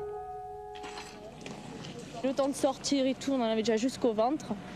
Et moi, la seule chose vraiment que j'ai pensé, c'est mes gamines, quoi. J'ai mes gamines qui étaient sur une table et elles avaient l'eau au niveau de la table. Donc je les ai sauvées, je les ai mis en hauteur. Voilà. C'est la seule chose qu'on peut sauver, quoi. C'est ça, pauvre. Son mari, Stéphane Raymond, a perdu son exploitation en 2 vagues, 3 coups de vent. J'avais 160 laitières avec des bâtiments fonctionnels qui étaient prêts à marcher au plein pot pour un jeune qui démarrait, quoi. Avec plein d'investissements, tout à la banque, quoi. En fait, j'avais rien, tout est à la banque et puis tout est parti. Les noyés, il y en avait autour des bâtiments, autour des maisons, dans les champs, il y en avait un peu partout. Et ça m'en manque encore 4 ou 5 qui sont sûrement noyés sous les débris dans les champs, quoi. On en a retrouvé une à 6 km. On a été chercher 4 jours après parce qu'il y avait 1,50 m d'eau, on ne pouvait pas y aller. Ça vous donne pas envie de changer de travail, ça? J'ai encore ma maison, heureusement, c'était là. Puis quand on est né dans un pays comme ça. Déjà pour faire les vaches, quand on est jeune, il faut aimer ça, alors bon.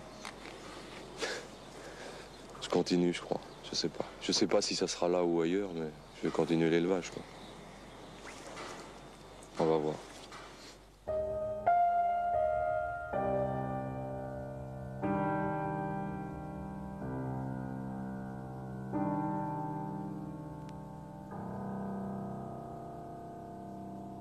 Non loin de là. Je revois Thomas dans la voiture de mes parents derrière, il était tout heureux, partir chez eux bien sûr. Et c'est le dernier sourire que j'ai eu. Et ensuite, nous l'avons vu quand c'était fini.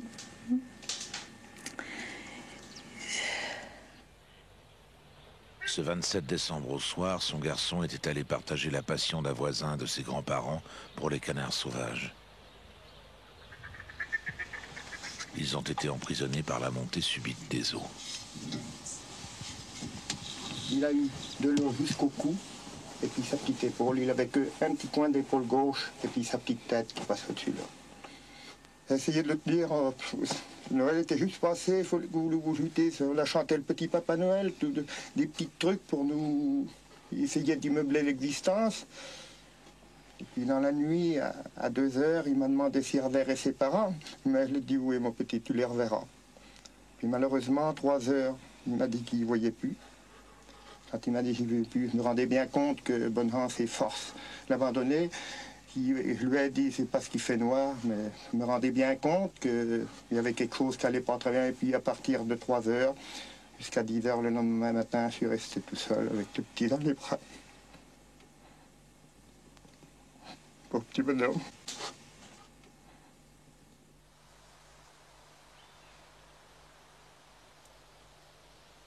Je me dis peut-être qu'on aurait pu donner un portable à mon fils. Parce qu'ils nous ont quand même signalé qu'il y avait une tempête, Tempête, on n'a jamais connu ça. On a dit, bon, tempête, on n'aurait pas dû l'envoyer. Souffrir de froid. Moi, je vais vous dire une chose. L'autre nuit, j'ai eu froid dans mon lit, j'ai pensé à mon fils. Dès que j'ai froid, je pense à mon fils.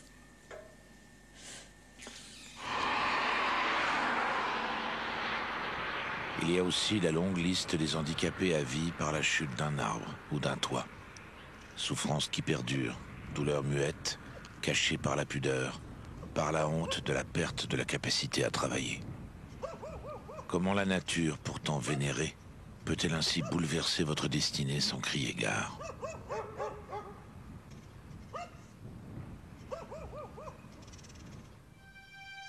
La nature, que l'homme malmène à force de vouloir la domestiquer, a réaffirmé ses droits, a-t-on pu entendre.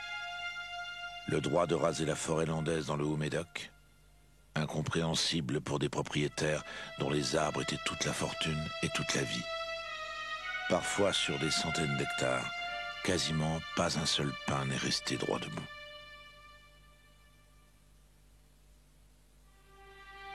Cinq ans après, n'émergent encore de la savane qui couvre le carnage que les épaules des géants abattus, laissés sur le champ de bataille.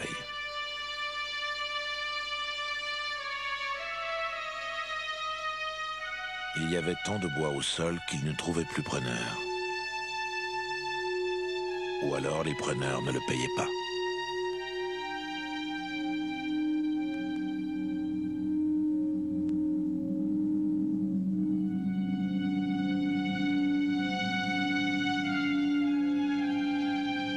En photo recomposée à l'infrarouge, la deuxième tempête apparaît comme une main qui étrangle la Bretagne. Les vents les plus violents courent le long du bord inférieur de ce bras qui pénètre l'air en se détendant. Au sud de la Vendée, les marais poitevins sont visés.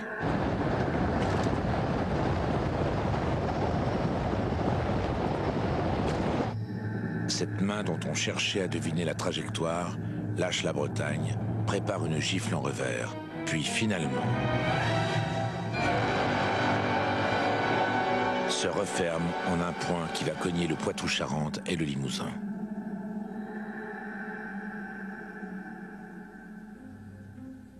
Et on va avoir des vents très forts également sur Midi-Pyrénées, la région toulousaine. Oui.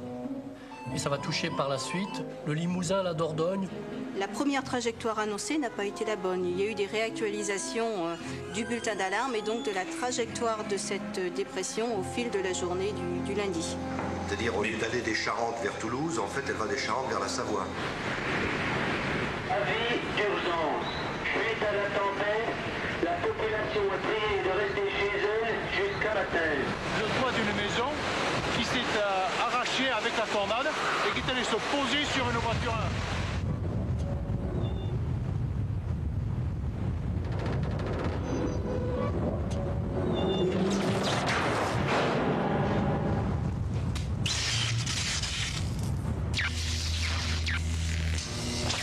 Le sel de l'embrun marin emporté par le vent jusqu'à l'intérieur des terres fait disjoncter les postes de transformation.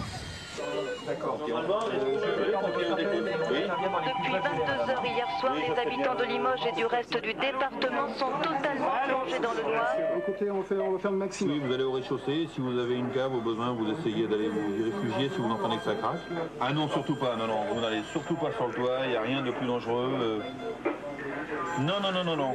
Non, non, surtout vous n'y allez pas et on fait le nécessaire comme ça. Transmettez FPTL de Bayonne. Les pompiers sont sortis près de 400 fois cette nuit, 150 interventions pour la seule agglomération du BAB. Près de 2000 appels en 6 heures, du jamais vu. Il est minuit, blackout sur le Limousin où les secours eux-mêmes partent au plus pressé. Je ne sais pas comment on va s'en sortir, mais tout est urgent.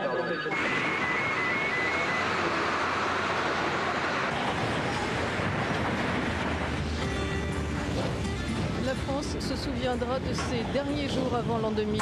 Une deuxième tempête est en train de traverser la France. Des vents de 150 km/h en moyenne, des pointes de 200 km/h par endroit. Depuis hier soir, on compte 12 morts de plus.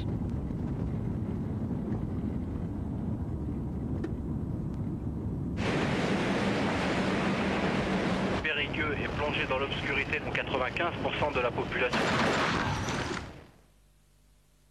La voiture était sous l'arbre, un gros peuplier, faisait environ 60 cm de diamètre. Donc on a coupé le peuplier de part et d'autre de la voiture. Et puis là, on a commencé à faire rouler la bille qui était sur la voiture. Et là, on s'est aperçu qu'il n'y avait pas une personne, mais 2 personnes à l'intérieur. Décédés. Dont l'un était un voisin et l'autre était son ouvrier. L'un et l'autre rentraient d'un chantier et au lieu de débaucher avec 2 véhicules, ils étaient rentrés avec un seul véhicule. Malheureusement. On aurait dit que l'arbre les attendait.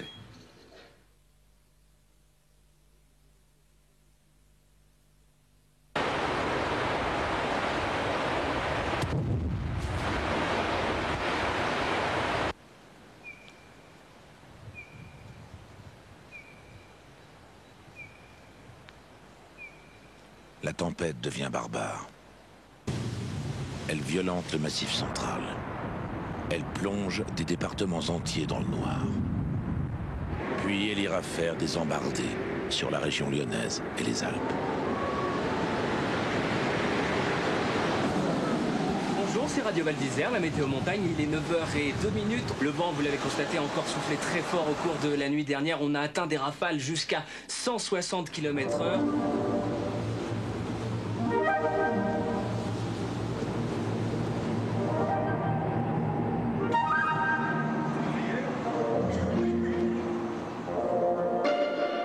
La deuxième tempête a fait pratiquement autant de victimes que la première, avec un bulletin d'alerte qui était à l'époque notre système d'alerte maximale, qui a été lancé une dizaine d'heures avant que la tempête n'arrive.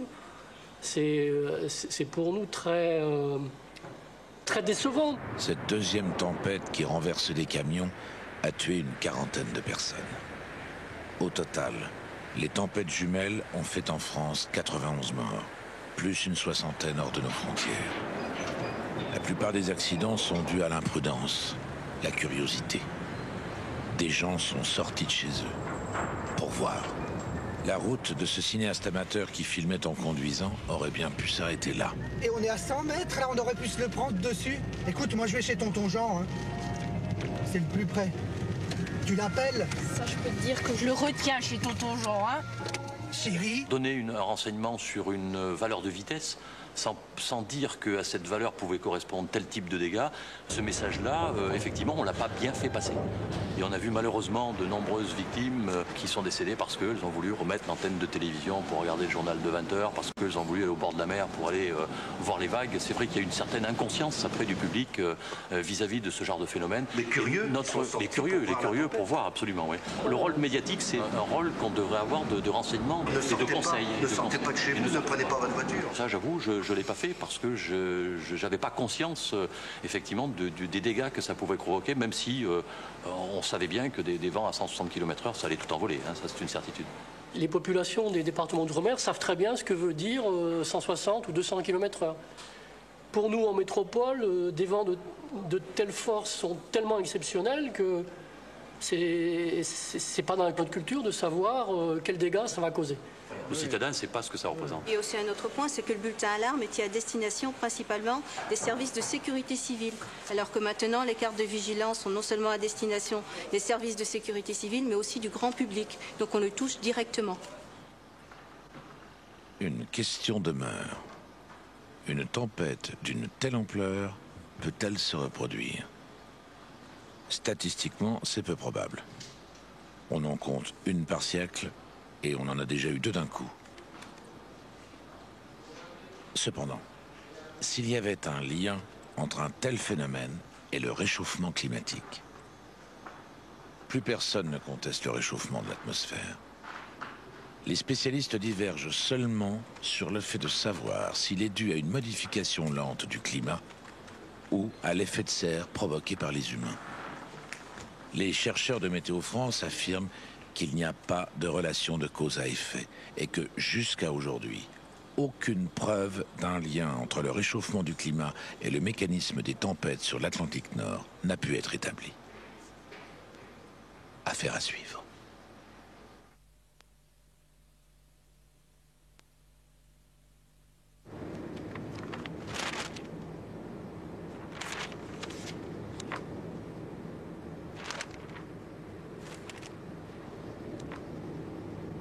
Ce particulier avait quitté son domicile la veille, juste avant la tempête.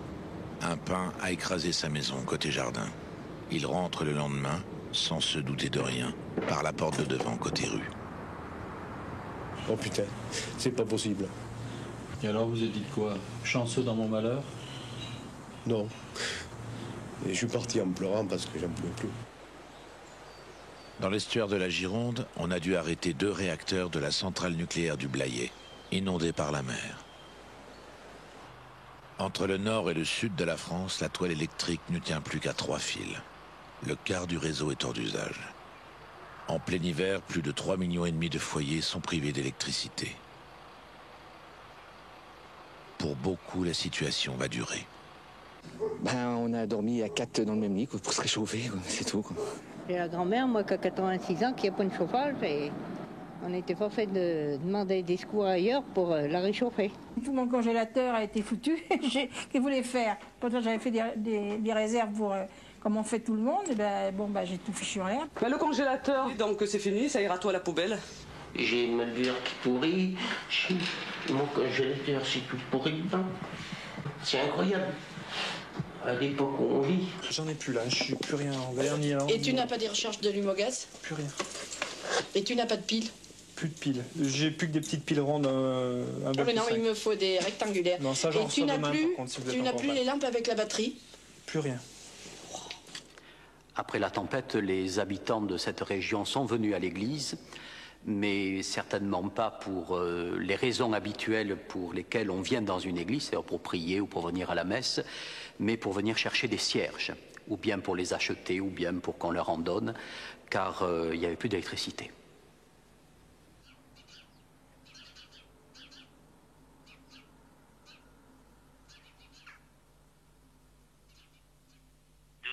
Famille risque de passer le réveillon de Nouvel An à la bougie. Oui, du jambon, vous voyez, c'était bien. Ah, c'est le menu du réveillon.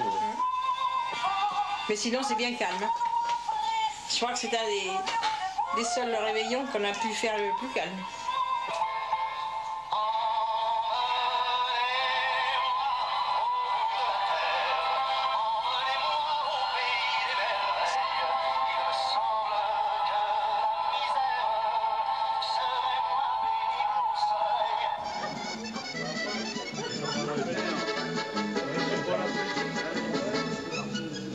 Dans tout le département, les festivités ont été annulées faute d'électricité. Mais ici, on n'a pas voulu se laisser abattre. Alors, une habitante du village a invité tout le monde chez elle. Je crois qu'on en gardera tous un souvenir extraordinaire de ce réveillon de l'an 2000 à la bougie. Le premier soir, c'était très beau. Les petits regardaient ces bougies, la lanterne, quelques lampes électriques, on avait encore des piles, ça éclairait partout, c'était beau. Mais maintenant, tout le monde est fatigué. Alors EDF se rejointe. Afin de rétablir le courant au plus vite, ils sont tous sur le terrain, sacrifiant leurs vacances, avec les agents à la retraite et les collègues étrangers appelés à la rescousse, travaillant nuit et jour, par tous les temps, avec une ardeur qui fait l'admiration de tout le pays.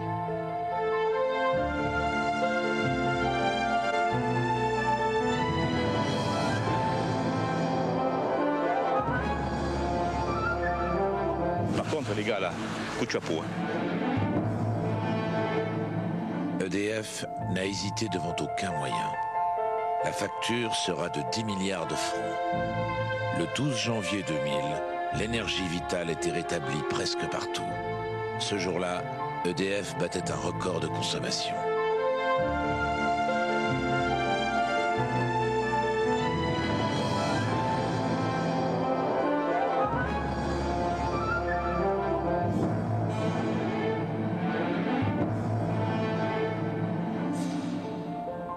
Ça, les gars de l'EDF, oui, un chapeau. Ça marche, ça marche. Là. C'est bon. C'est bon. C'est parfait. Ça pète le feu. C'est la joie. C'est la joie, parce que vous savez, sans lumière, hein. Je vais me chauffer. J'ai eu froid. Je reconnais que j'ai eu froid. Bien plus considérables et plus durables sont les dégâts subis par la forêt.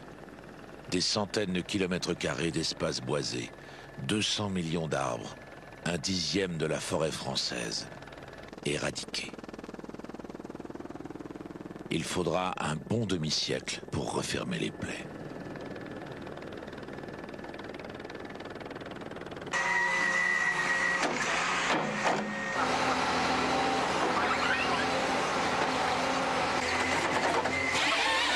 Les éléphants mécaniques des grands forestiers, comme l'Office national des forêts, passent encore aujourd'hui, 5 ans après, l'essentiel de leur temps dans les parcelles endommagées où ils éliminent les arbres penchés.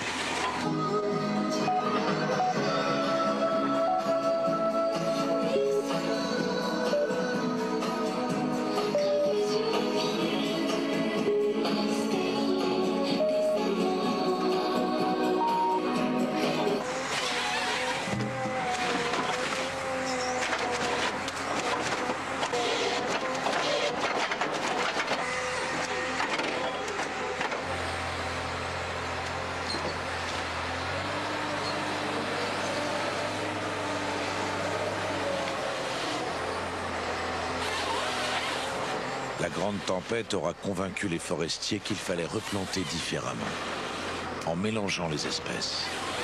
Les forêts offriront ainsi une bien meilleure résistance aux vents les plus extrêmes.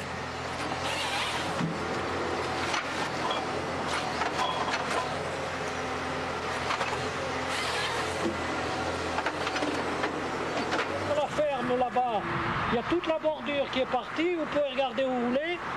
Là-bas, c'est pareil. Les réparations des édifices et des maisons endommagées feront le bonheur des entreprises du bâtiment et le malheur des assurances. Celles-ci verseront aux collectivités et aux particuliers la somme faramineuse de 45 milliards de francs. C'est la fin du monde. Voilà, dis-moi. Je l'avais prédit, je ne sais pas pourquoi, j'avais un pressentiment qu'à